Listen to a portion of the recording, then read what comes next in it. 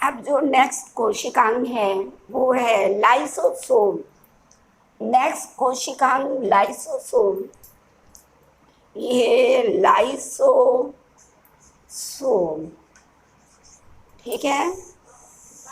ये जो लाइसोसोम होता है वो झिल्ली से घिरी संरचना है। लाइसोसोम देखो ये बाहर निकल रही है, झिल्ली से घिरी संरचना होती है और इसमें एंजाइम भरे होते हैं। ये जो एंजाइम होते हैं जो लाइसोसोम में भरे होते हैं, ये रफ एंडोप्लाज्मिक रेटिकुलम में बनते हैं और ये एंजाइम जो कि लाइसोसोम थैलीनुमा संरचना में भरे होते हैं, ये एंजाइम कोशिका द्रव्य के जटिल पदार्थों को सरल पदार्थों में तोड़ देते हैं। इनका मुख्य काम जटिल पदार्थों को सरल पदार्थों में तोड़ना है। इसमें अत्यधिक एंजाइम पाए जाते हैं, लेकिन जब कभी भी ये जो लाइसोसोम की झिल्ली है किसी कारण से फट जाती है, तो यह लाइसोसोम में उपस्थित एंजाइम कोशिका द्रव्य के विभिन्न कोशिकांगों का पाचन कर देती है, जिसके कारण कोशिका नष्ट हो जाती है। इसी कारण लाइसोसोम को आत्मघाती थैली भी कहा जाता है। यह सुसाइड बैग बोला जाता है, इसको सुसाइडल बैग, सुसाइडल बैग बोलते हैं इसको। इसी कारण इसे सुसाइडल बैग कहते हैं। इसके अतिरिक्त ये जो लाइसोसोम होती है जो कि कोशिका द्रव्य में पाई जाती है, वनस्पति कोशिकाओं में कम होती है लेकिन जंतु कोशिकाओं में बहुत अधिक पाई जाती है। ये लाइसोसोम के एंजाइम ये विभिन्न कार्य करते हैं। पहला तो ये मृत कोशिकाओं और क्षतिग्रस्त कोशिकाओं का पाचन करते हैं। इसके अतिरिक्त ये प्रोटीन, ग्लाइकोजन और वसा का पाचन करके अपने एंजाइमों की सहायता से कोशिका को ऊर्जा प्रदान करते हैं। इसके अतिरिक्त ये इनमें उपस्थित एंजाइम जो ये होता है अंडाणु होते हैं, उनके ऊपर बहुत ही रक्षात्मक कला पाई जाती है। तो ये निषेचन के समय अंडाणुओं की बाह्य कला का पाचन कर देते हैं, जिससे कि शुक्राणु आसानी से इसमें प्रवेश कर जाता है। तो ये निषेचन के समय अंडाणुओं के बाह्य कला का पाचन करते हैं। इसके अतिरिक्त ये पादप में अंकुरण में सहायक होते हैं। पादप पौधों के जो बीज होते हैं, उन बीज की जो बाहरी वॉल होती है बहुत हार्ड होती है, तो ये अंकुरण के समय लाइसोसोम में उपस्थित एंजाइम इनको तोड़ने में सहायक होते हैं, जिससे कि बीज अंकुरित होता है। तो ये अंकुरण में सहायता प्रदान करते हैं। इसके अतिरिक्त ये सूत्री विभाजन जो क्रिया होती है कोशिका विभाजन, उसका उत्प्रेरण करते हैं कि कोशिका विभाजन की क्रिया प्रारंभ हो। तो ये जो लाइसोसोम है वो निम्न कार्य किया। पहला करता है कि ये मृत और बाहरी पदार्थों का पाचन करता है अपने एंजाइम की उपस्थिति में। प्रोटीन, ग्लाइकोजन और वसा का पाचन करके ऊर्जा प्रदान करता है। इसके अतिरिक्त यह अंडाणुओं के निषेचन के समय अंडाणुओं के वाहिकला का पाचन करता है।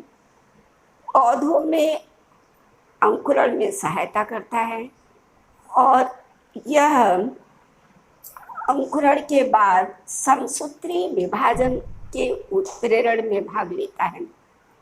तो ये इनके लाइसोसोम के कार्य हो गए। अब जो नेक्स्ट है वो है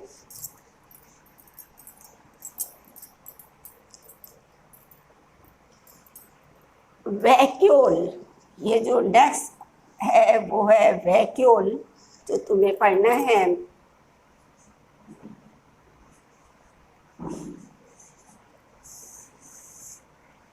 ये जो वनस्पति कोशिकाओं की वैक्यूल होती है, ये थैलीनुमा संरचना होती है। देखो ये थैलीनुमा संरचना है और इनमें भरे हुए तरल को रिक्तिका रस कहते हैं, वैक्यूल सेप कहते हैं। ये थैलीनुमा संरचना कोशिका द्रव्य के विभिन्न अपशिष्ट पदार्थों का तरल के रूप में, ठोस के रूप में संग्रह करता है। वनस्पति कोशिकाओं में ये जो रिक्तिका होती है, वैक्यूल होती है, बहुत बड़ी होती है, जबकि जंतु कोशिकाओं में ये छोटी होती है। ये विभिन्न पदार्थों का संग्रह करती है, जैसे वसा का संग्रह करती है, कार्बोहाइड्रेट का संग्रह करती है, प्रोटीन का संग्रह करती है। ये इसका जो मुख्य कार्य है वो है कोशिका के स्फीति दशा को बनाए रखना। स्फीति दशा का मतलब ये जो इनमें भरे हुए जो पदार्थ हैं, तरल के रूप में हो, ठोस के रूप में हो, इनकी वजह से कोशिका फूली अवस्था में रहती है, सिकुड़ती नहीं है। तो ये जो कोशिका की फूली हुई अवस्था को कहते हैं स्फीति दशा को बनाए रखती। अगर ये पादप कोशिकाओं की रिक्तिकाओं का तरल जब बाहर निकल जाता है तो ये सिकुड़ जाती है, जिसके कारण कोशिका भी सिकुड़ जाती है। लेकिन जब इनके अंदर थैलीनुमा संरचना के अंदर ठोस या तरल पदार्थ भरा रहता है तो ये खुली अवस्था में रहती है और कोशिकाओं भी खुली अवस्थाओं में दिखती हैं। तो ये जो रिक्तिकाएं होती हैं, पहला तो काम करती हैं कि ये कोशिका की स्फीति दशा को बनाए रखती हैं। दूसरा काम करती हैं ये कि ये विभिन्न पदार्थों का संग्रह करती हैं, जैसे वसा का संग्रह करती हैं, कार्बोहाइड्रेट का संग्रह करती हैं, प्रोटीन का संग्रह करती हैं। ये रिक्तिका आवश्यक पदार्थों का संग्रह करती हैं, अपशिष्ट पदार्थों का संग्रह करती हैं, पिगमेंट का भी संग्रह करती हैं, जिसके कारण कोशिकाएं विभिन्न रंगों की दिखाई देती हैं। और एक कोशिकीय जीवों में, जैसे मान लो अमीबा में ये रिक्तिका, अमीबा जो है रिक्तिका के द्वारा अपने विभिन्न अपशिष्ट पदार्थों को बाहर निकालता है। रिक्तिकाओं के माध्यम से अपशिष्ट पदार्थ और आवश्यकता से अधिक जल बाहर निकालता है। तो इस रिक्तिका के विभिन्न कार्य हो गए। पहला तो ये कोशिका की स्फीति दशा को बनाए रखता है, फूले रखता है। ये अपशिष्ट पदार्थों और आवश्यक पदार्थों का संग्रह करता है। इसके अतिरिक्त पिगमेंट का संग्रह करता है। ये प्रोटीन, कार्बोहाइड्रेट, वसा का संग्रह करता है।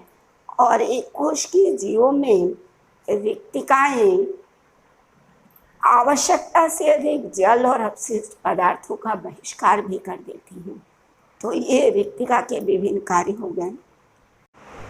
अब बच्चों तुम्हें आगे पढ़ना है न्यूक्लियस। नेक्स्ट है न्यूक्लियस।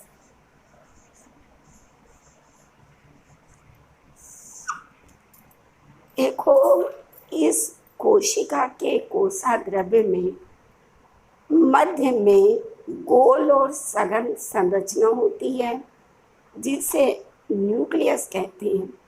ये जो न्यूक्लियस है, इसके निम्न 4 भाग होते हैं।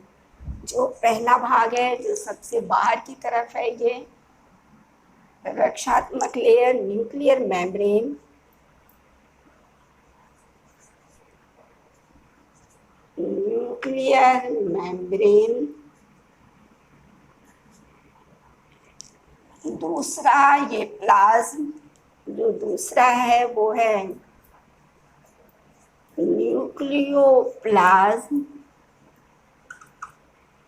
जो तीसरा है वो है न्यूक्लियोलस, न्यूक्लियोलस। चौथा है ये धागे सदृश संरचना क्रोमेटिन थ्रेड, क्रोमेटिन थ्रेड। इस न्यूक्लियस के जो कोशिका के मध्य में गोल संरचना है, निम्न 4 भाग है: न्यूक्लियर मेम्ब्रेन, न्यूक्लियोप्लाज्म, न्यूक्लियोलस और क्रोमेटिन थ्रेड। ये जो न्यूक्लियर मेम्ब्रेन होती है, ये दोहरे झिल्ली की बनी है न्यूक्लियर मेम्ब्रेन, और ये न्यूक्लियर मेम्ब्रेन की बाहरी झिल्ली से अनेकों एंडोप्लाज्मिक रेटिकुलम लगे रहते हैं।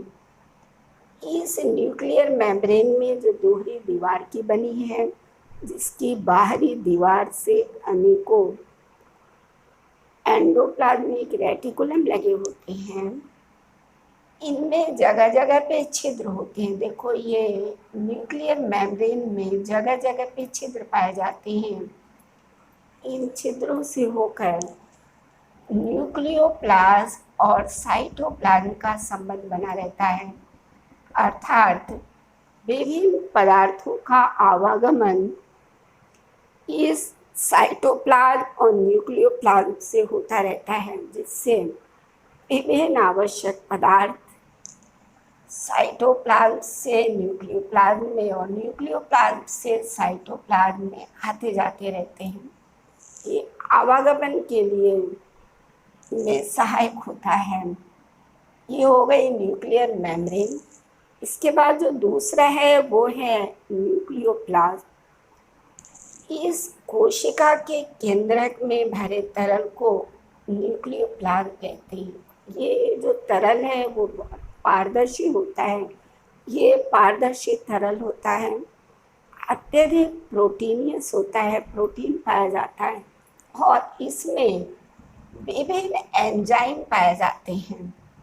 और इस पारदर्शी न्यूक्लियोप्लाज्म में केंद्रिका और क्रोमेटिन थ्रेड निलंबित होता है। ये जो केंद्रिका है और क्रोमेटिन थ्रेड होता है, जो गुणसूत्र है, वो निलंबित रहता है।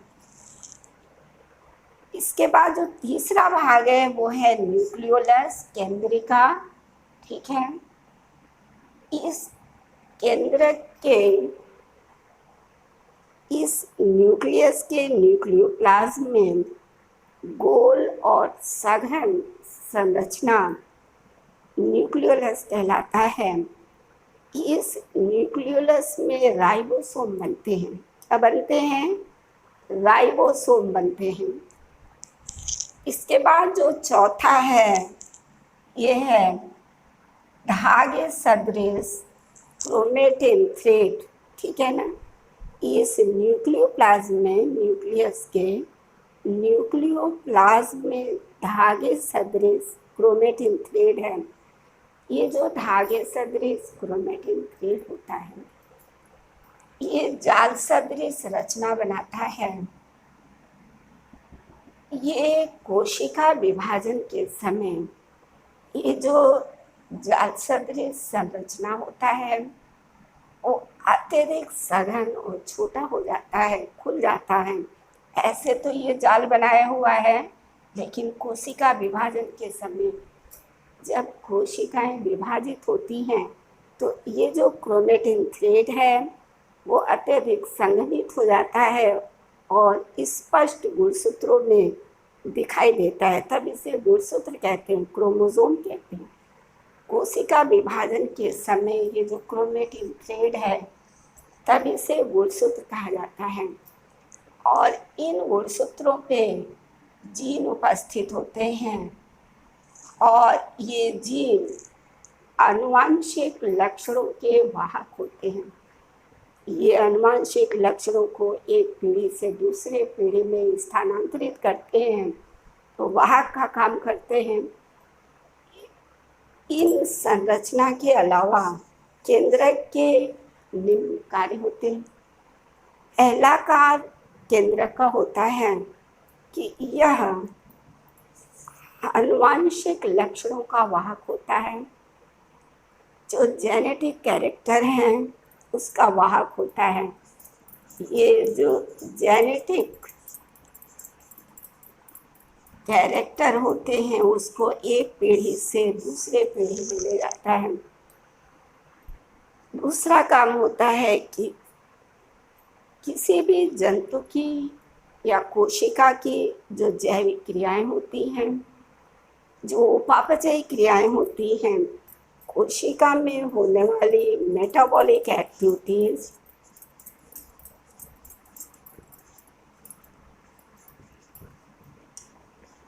कोशिका की जो मेटाबॉलिक एक्टिविटीज है, जो उपापचयी क्रियाएं हैं, वो केंद्रक द्वारा नियंत्रित होती हैं।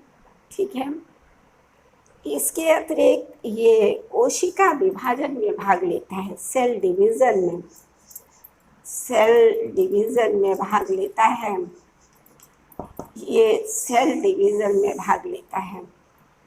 ठीक है। तो इसके ये जो है, जो आनुवंशिक लक्षणों का वाहक है, ये उपापचयी क्रियाओं का नियंत्रण करता है, कोशिका विभाजन में भाग लेता है। इसके अतिरिक्त केंद्रक किसी भी कोशिका में जो प्रोटीन बनते हैं उसका जेनेटिक कोड संग्रहित करता है। क्या संग्रहित करता है?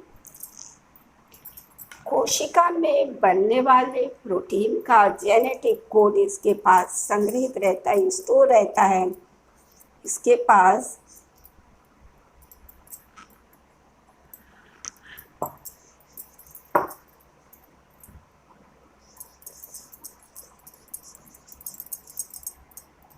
स्टोर रहता है जेनेटिक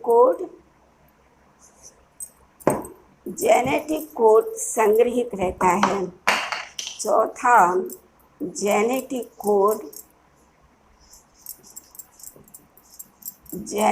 कोड संग्रहित रहता है। प्रोटीन का जो जेनेटिक कोड है वो इसमें संग्रहित रहता है। तो केंद्रक के निम्न 4 कार्य हो गए। पहला कि ये आनुवांशिक लक्षणों का वाहक होता है। दूसरा, ये जैविक क्रियाओं को नियंत्रित करता है। तीसरा, यह कोशिका विभाजन को नियंत्रित करता है। और चौथा, कि केंद्रक में बनने वाले जो प्रोटीन हैं, जितने भी प्रोटीन हैं, इस कोशिका में जितने भी प्रोटीन बनते हैं उनका जो जेनेटिक कोड है वो संग्रहित रहता है इसमें, केंद्रक में। ठीक है। तो ये सभी कार्य न्यूक्लियस के हो गए। देखो बच्चों, जो अगला टॉपिक है वो है कोशिका विभाजन। ठीक है ना। ये जो कोशिका विभाजन है इसका मुख्य उद्देश्य होता है कि जीवधारियों में वृद्धि होती रहती है। वृद्धि के लिए उनके ये जो जीवधारियों में वृद्धि होती है, वृद्धि तभी होगी जब जीव शरीर में कोशिकाओं की संख्या बढ़ेगी तो जीव में वृद्धि होगी। इसके अतिरिक्त मृत कोशिका, क्षतिग्रस्त कोशिका और पुरानी कोशिकाओं के प्रतिस्थापन के लिए, युग्मकों के निर्माण के लिए ये विभाजन आवश्यक है। ठीक है ना।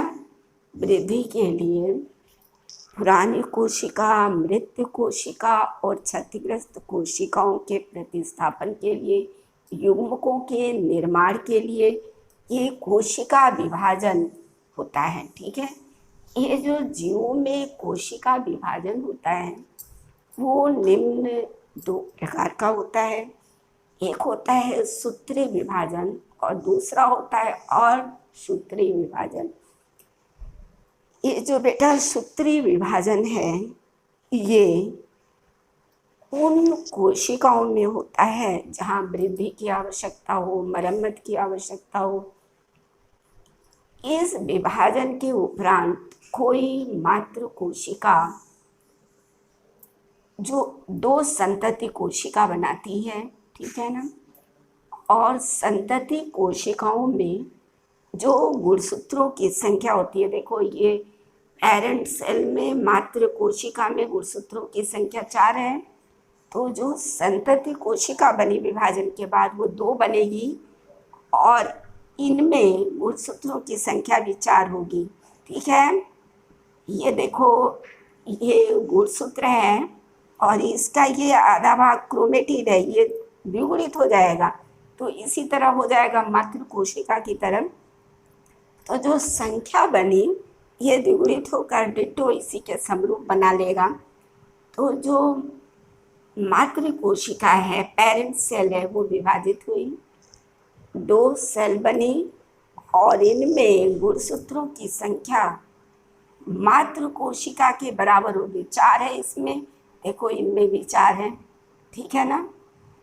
लेकिन जो अर्धसूत्री विभाजन होता है, जो दूसरा है अर्धसूत्री विभाजन, इसका मकसद होता है कि इससे युग्मक बनते हैं। ये केवल जनन कोशिकाओं में होता है, ये अर्धसूत्री विभाजन।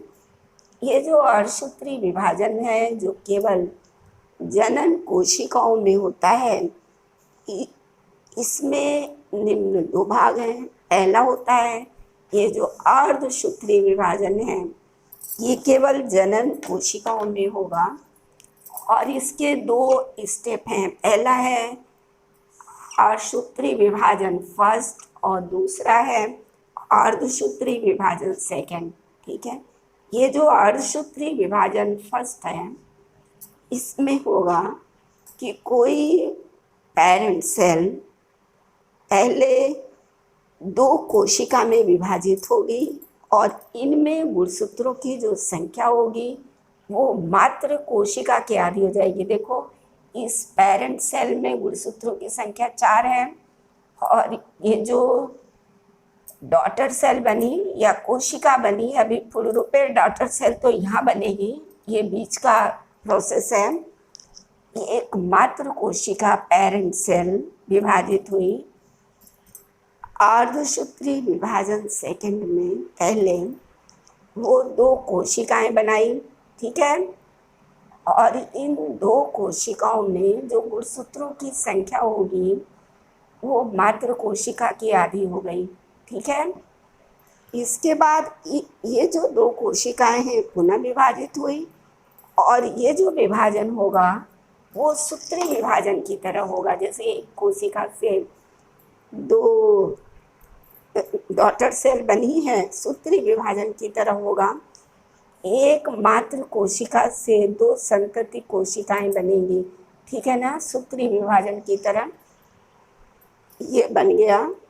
लेकिन इनमें जो गुणसूत्रों की संख्या होगी वो मात्र कोशिका के बराबर रहती है। ये जो विभाजन, ये जो अर्धसूत्री विभाजन सेकंड हुआ, वो अर्धसूत्री विभाजन सेकंड जो है वो सूत्री विभाजन की तरह होता है, जिनमें एक मात्र कोशिका 2 संतति कोशिका बनाई। तो पूरा विभाजन देखोगे तो पता चलेगा कि एक पेरेंट सेल से 4 डॉटर सेल बनी। कितनी बनी? 4 डॉटर सेल बनी और इनमें जो गुणसूत्रों की संख्या हुई वो मात्र पेरेंट सेल की आधी हो गई। ये जो अर्धसूत्री विभाजन उन कोशिकाओं में हुआ जो जनन में भाग लेती है, जनन कोशिकाओं में हुआ और इस विभाजन के उपरांत एक मात्र कोशिका 4 संतति कोशिकाएं बनाई। ठीक है, एक मात्र कोशिका से 4 संतति कोशिकाएं बनी और इनमें गुणसूत्रों की संख्या आधी हो जाती है, जबकि सूत्री विभाजन में गुणसूत्रों की संख्या मात्र कोशिका के समान रहती है, ठीक है ना। लेकिन इसमें गुणसूत्रों की संख्या मात्र कोशिका की आधी हो जाती है। और यह विभाजन जो अर्धसूत्री विभाजन है, यह विभाजन मुख्य रूप से युग्मक निर्माण के लिए बनता है। युग्मकों के निर्माण के लिए ये विभाजन की प्रक्रिया अंडाणु और शुक्राणुओं के निर्माण के लिए होता है, जो कि जनन में भाग लेते हैं। तो बेटा ये जो चैप्टर है तुम लोग का the fundamental unit of life इस टॉपिक के साथ पूरा हो गया।